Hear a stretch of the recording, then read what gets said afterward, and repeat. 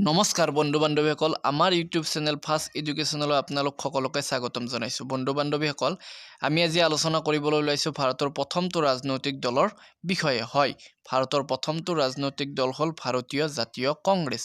এই ভাৰতীয় জাতীয় কংগ্ৰেছ দলৰ জন্ম হৈছিল 1885 চনত। 1885 চনত এই ভাৰতীয় জাতীয় দলটোৰ জন্ম হৈছিল এজন অৱসৰপ্ৰাপ্ত ICS বিষয়া এলেন অক্টেভিয়ান হিউমৰ নেতৃত্বত।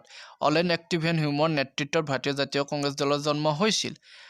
ভাৰতীয় জাতীয় কংগ্ৰেছ দলৰ প্ৰথমজন সভাপতি আছিল উমেশ চন্দ্ৰ বেনাৰ্জী। উমেশ চন্দ্ৰ বেনাৰ্জীৰ সভাপতিত্বতে ভাৰতীয় জাতীয় কংগ্ৰেছ দলৰ প্ৰথমখন অধিৱেশন অনুষ্ঠিত হৈছিল বোম্বাইত, বৰ্তমান মুম্বাই বুলি জনা যায়। প্ৰথম তিনিটা সাধাৰণ নিৰ্বাচনত কংগ্ৰেছ দলে একক সংখ্যাগৰিষ্ঠতাৰে ভাৰতবৰ্ষত চৰকাৰ গঠন কৰিবলৈ সক্ষম হৈছিল। আজিৰ এই ভিডিঅ'টো ইমানতেই সামৰণি মাৰিলোঁ। যদি ভিডিঅ'টো ভাল লাগিল চেনেলটো ছাবস্ক্ৰাইব কৰি ল'ব।